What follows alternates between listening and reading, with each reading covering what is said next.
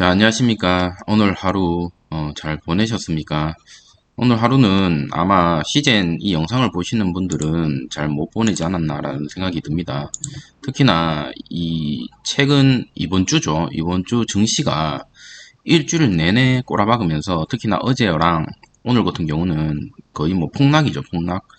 폭락을 했고 시젠도 차트 보시는 것과 같이 전 저점인 59,700원까지도 사실 내일 또 떨어진다면 여기 지지를 해줄지 아니면 더 떨어질지 사실 의아한 상태입니다. 그래서 사실 조금 불안하고요.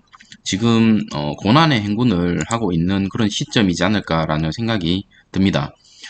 특히나 이제 종목 토론방에 가서 뭐 이런저런 사람들의 의견들을 한번 봤더니 거의 99%가 이제 시젠 들고 있는 거 바보다라고 얘기하는 사람들이 좀 많은 것 같습니다. 불과 두 달 전이랑 뭐 한 달 전이죠. 한 달 전, 두 달 전만 해도 그런 분위기가 아니었는데 지금 같은 경우는 거의 대부분의 개인들이 다 돌아선 것 같다. 그래서 뭐 저 같은 경우는 어쨌든 이 회사가 지금 당장에 이 주가는 계속적으로 떨어지고 있지만 제 개인적인 생각으로는 회사 자체의 문제는 없다라고 판단이 되고 있기 때문에 들고 갈 생각이고요. 거의 내년까지 한번 지켜볼 생각입니다. 최근에 국내 증시가 이렇게 떨어지는 이유에 대해서 한번 살펴보면 아무래도 은행권에서 이제 대출 규제가 이제 들어오고 있고 미국에서도 델타 변이 그리고 테이퍼링을 발표를 연준에서 해버렸죠. 그래서 이제 내후년 2022년 3분기부터 이제 뭐 거의 확정적으로 금리를 인상하겠다라는 게 발표가 되면서 국내 은행이라든지 이래 유동성이 조금 이제 사라지는 그런 증시가 되지 않았나라는 생각이 듭니다. 그러면서 미국이나 외국인들 매도세가 계속적으로 나오면서 국내 증시가 거의 이제 폭락을 맞이하고 있고 많은 전문가들이 이제는 끝이다. 증시가 더 떨어지겠다라고 얘기를 하는 사람들도 있고 아니다. 반등이 온다라고 얘기하는 그런 거의 50대 50인 것 같더라고요. 지금 그런 상황입니다. 그런 상황에서 시젠 같은 경우는 저뿐만 아니라 여러분이 답답한 이유가 델타 변이가 계속적으로 사실은 나오고 있음에도 불구하고 이렇게 자꾸 떨어지고 있으니 우리가 이런 생각을 하죠. 델타 변이 이제 잡히게 된다면, 물론 잡혀야 되지만 잡히게 된다면 이 주식 지금도 이래 떨어지는데 앞으로 더 꼬라박지 않을까라는 이런 불안한 마음이 좀 큰 것 같습니다. 제 생각은 그렇고요. 그런데 이제 이 델타 변이가 당장 올해 잡히진 않고 오히려 더 많이 퍼질 수밖에 없는 이유에 제가 뒤에서 뉴스에서도 설명을 드리도록 하겠습니다. 그렇기 때문에 이 부분에 대해서 뭐 물론 이제 시젠이 실적적인 부분에 대해서는 제가 봤을 때는 물론 이제 경쟁을 하기 위해서 단가를 조금 낮췄다든지 뭐 여러 가지 뭐 진단 키트를 만들 수 있는 회사가 많다라든지 이런 것들은 있지만 여러분 얼마 전에 액세스바이오 실적 보셨죠? 적자입니다, 적자.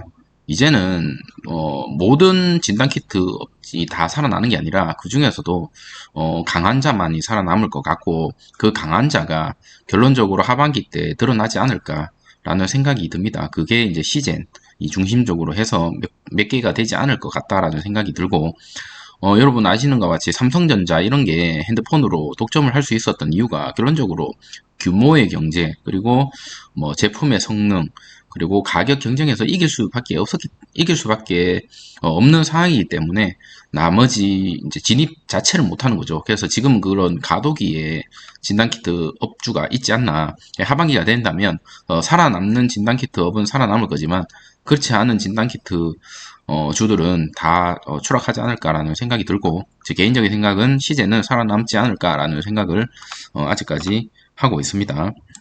자, 오늘 코스피 같은 경우는 마이너스 1.2%까지 떨어지면서 마감이 됐고요. 코스닥은 정말 심각하죠. 마이너스 2.35%까지 떨어졌습니다. 어제 같은 경우도 엄청나게 많이 떨어졌는데 오늘 같은 경우 저는 마치고 로또를 사야 되지 않을까라는 생각이 불현듯이 드네요. 자, 오늘 매수를 한번 보면요. 개인이 매수를 해줬고 외국인과 기관이 양쪽으로 매도를 하면서 주가를 많이 떨어뜨렸다. 특히 이제 연기금에서 좀 많이 빼는 모습 보여줬고, 이틀 동안은 외국인과 기관에서 양쪽에서 뭐 소량이지만 들어오는 모습을 보여줘서 조금 다행이다 싶었는데, 오늘 같은 경우는 양쪽에서 좀 빠지는 모습 보여줬다라는 거. 이번 주 정말 힘들었습니다. 이번 주 힘들었고, 자, 특징 뉴스 한번 살펴보고 영상을 마치도록 하겠습니다. 자, 아까도 말씀드렸다시피 이제 은행에서 대출 중단에 대한 도미노가 이제 발생할 것 같고요. 그 대출을 받아서 물론 부동산에 투자하는 사람들도 있지만 B2라고 하죠. 그래서 주식에 투자하시는 분들이 사실 많다.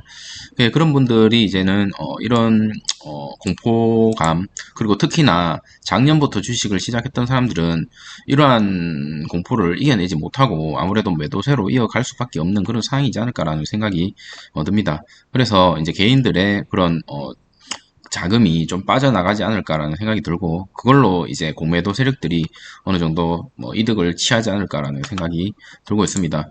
지금 농협, 우리, 카뱅 뭐 줄줄이 지금 계속적으로 대출의 문을 걸어 잠그고 있고, 물론 이제 잉여금으로 주식 투자하는 사람들이나 아니면 현금을 보유하고 있는 사람들 입장에서는 오히려 지금이 찬스다라고 얘기를 하시는 분들이 있겠지만, 그게 아니라 반대의 상황에서는 사실은 조금 힘들지 않을까, 지금 너무 힘든 상황이다라는 생각이 들고요. 주담대 중단, 농협에 이어서 시중은행도 이제 대출 중단을 하겠다라고 얘기를 하고 있고, 카뱅은 개인 대출 연봉 수준으로, 옛날에는 한 2배 정도까지 줬는데 이제는 연봉 수준으로 제한을 하고, 중간에 예를 들어서 상환을 하라는 문자나 연락을 받는 사람들도 있다고 합니다. 그래서 이런 것들 참고를 좀 해주시면 좋을 것 같고, 자, 유동성이 계속적으로 줄어들고 있는데, 여러분 보시는 것 같이 개미들이 B2가 사상 최대다라는 뉴스 기사가 떴고, 신용거래 융자액이 25조가 넘었고, 올 초에 19조에서 지금 25조라는 거는 거의 뭐 엄청나죠. 엄청나기 때문에 아마 많이 흔들지 않을까라는 생각이 듭니다. 자, 이달 외인 반도체 집중 매도 했고요. 특히나 반도체 집중 매도 했고, 삼성전자도 최근에 엄청나게 많이 떨어지고 있죠. 자, 주식 급락하고 신용거래 부채질을 하고 있고, 특히나 아까도 말씀드렸다시피 미국에서 연내 테이퍼링 앞두고 있고, 외인이 계속적으로 매도 행진을 이어가고 있는 와중에 이렇게 금리에 대한 이슈가 터지니 개인들이 계속적으로 받쳐낼 수 있는 그런 힘이 없다. 옛날 같은 경우는 개인들이 다 받쳐냈죠. 특히나 삼성 같은 경우는요. 근데 지금 같은 경우는 이런 이제 뭐 연준에서도 이런 뭐 테이퍼링이라든지 국내에서도 대출에 대한 어떤 규제가 일어나다 보니 하나둘씩 버텨내지 못하는 그런 모습을 보여줄 수밖에 없다라는 생각이 듭니다. 자, 골드만삭스에서도 아까 말씀드린 것처럼 2023년 3분기에 첫 금리 인상을 하겠다라고 얘기를 공식 발표를 한 것 같은데, 이게 이제 국내에서 어느 정도 영향을 많이 끼쳤고, 국내에 있는 은행에서 벌써부터 이런 모습을 보여주다 보니까, 주식은 미래를 선반영한다라고, 여러분도 아시다시피, 이런 것들이 지금 주식 시장에, 증시에 녹아 들어가 있지 않을까라는 생각이, 듭니다. 자, 그리고, 지금, 델타 변이랑 이런 이제, 아까 말씀드렸던 그런 이슈들 때문에 지금 뭐 외국 증시도 사실은 크게 좋지 않고 3분기 GDP 전망을 하향을 예상을 하고 있다. 그래서 델타 변이를 외국에서는 하반기 때 엄청나게 더 폭발적으로 증가할 것으로 지금 보고 있거든요. 그래서 아까 어제 제 영상의 아랫겐가 제 영상에 보시면 기업들이 현금화를 많이 하고 있고, 지금 이런 식으로 뭐 자금을 해소하려고 하는 분위기를 좀 보여주고 있습니다. 자, 델타 변이를 사실 못 잡는 이유에 대해서 한번 보자면, 증상이 발현하고 나서 이틀간은 거의 무방비 전파를 한다고 합니다. 그 말은 뭐냐면, 제가 오늘 델타 변이에 감염이 됐다 하더라도 이틀 동안은 무증상으로 생활을 하다 보니 가족들은 거의 뭐 무방비로 전파를 될 수밖에 없는 거고, 가족뿐만 아니라 사회 생활을 하는 사람들은 어쨌든 식사를 할 때는 마스크를 다 벗고 하지 않습니까? 그래서 이 이틀 동안 계속적으로 퍼질 수밖에 없다라는 거죠. 그리고 제가 뉴스 지금 보여드리진 않는데, 국내 군인들도 돌파 감염 사례도 어느 정도 계속적으로 나오고 있다 보니까 이런 코로나가 사실 사라지기가 정말 조금 힘들다라는 생각이 조금 들고, 그게 이제 하반기 때 되면 최고점을 찍지 않을까라는 생각이 들고요. 그 타이밍에 시즌이 어느 정도 사실은 가려면 FDA 승인이라든지 그래서 이제 정말 실적에 대한 어떤 퍼포먼스를 보여주지 못한다면 더 떨어지지 않을까라는 생각이 듭니다. 하지만 한 가지 걱정스러운 거는 SD 바이오 센서 같은 경우는 이번에 실적이 매우 잘 나왔습니다. 매우 잘 나왔음에도 불구하고 지금 같이 떨어지는 걸 보니까 과연 하반기 때 이 실적이 잘 나오고 어닝 서프라이즈가 터지더라도 주가가 움직일까라는 생각이 또 드네요, 한편으로는. 그래서 코로나뿐만이 아니라 다른 어떤 것들을 회사 차원에서 미리 이런 것들을 캐치를 하고 다른 준비를 해주지 않는다면 이 주식을 갖고 있는 개인 투자자들은 아무래도 좀 곡소리가 좀 나지 않을까라는 생각이 좀 듭니다. 저를 포함해서요. 자, 미국에서 지금 대면 수업 재개를 하고 나서 델타 변이 확산에 후폭풍을 지금 하고 있고 학생 교사가 수만 명 지금 격리를 하고 있습니다. 여러분 아시다시피 우리나라에서도 지금 이제 대면 수업을 진행하겠다라고 하고 있죠. 근데 지금 우리나라 어제 오늘 2,000명 넘었습니다. 그래서 하반기에 4,000명, 5,000명 넘어갈 수도 있다라고 예상을 하고 있는 전문가들도 사실 많은데 물론 그렇게 되면 안 되겠지만 이런 코로나 어떤 우리 진단키트 업에서는 어찌됐든 아까 말씀드렸다시피 지금 같은 경우는 가격을 떨어뜨리더라도 점유율을 높이는 과정이다라고 저는 생각을 하고 있거든요. 그래서 시젠이 지금 어느 정도 점유율을 확보를 해 놓으면 하반기에는 정말 다른 진단키트들이 이제 진입을 할 수 없을 만큼 국내에서만큼이라도 독보적으로 그런 회사가 되어 있지 않을까라는 생각이 좀 듭니다.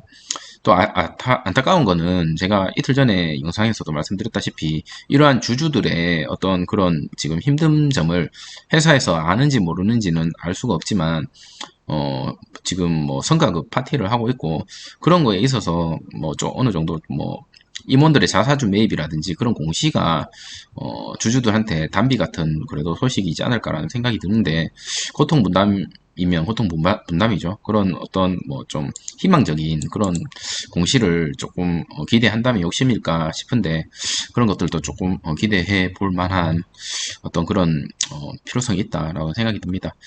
자, 이번 주 내내 증시가 꼬라박으면서 정말 이제 주식, 특히나 이제 비중이 많은 사람들은 정말 힘들 것 같고요. 저 또한 그렇고, 대출에 대한 규제도 계속적으로 이제 얘기가 나오고 있기 때문에, 전망이 사실은 좀 좋지는 않습니다만, 갈 놈은 간다라는 생각을 끝까지 하고 있고, 제가 이 시젠이라는, 주식이 정말 힘든 이유가, 코로나가 퍼지면, 당연히 주가는 더 가고 실적이 나오면 더 간다라고 생각을 했는 그런 생각이 지금 반대로 가고 있어서 사실은 더 힘든 거지 회사 자체에 어떤 문제가 있는 것은 절대 아니기 때문에 처음 그 비전을 믿고 한번 끝까지 한번 가볼 생각입니다. 자, 오늘 하루도 고생 많으셨고요. 자, 제 영상이 조금이라도 도움이 되셨는지는 모르겠지만 혹시나 도움이 되셨다면 좋아요와 구독 부탁드리도록 하겠습니다. 네, 감사합니다.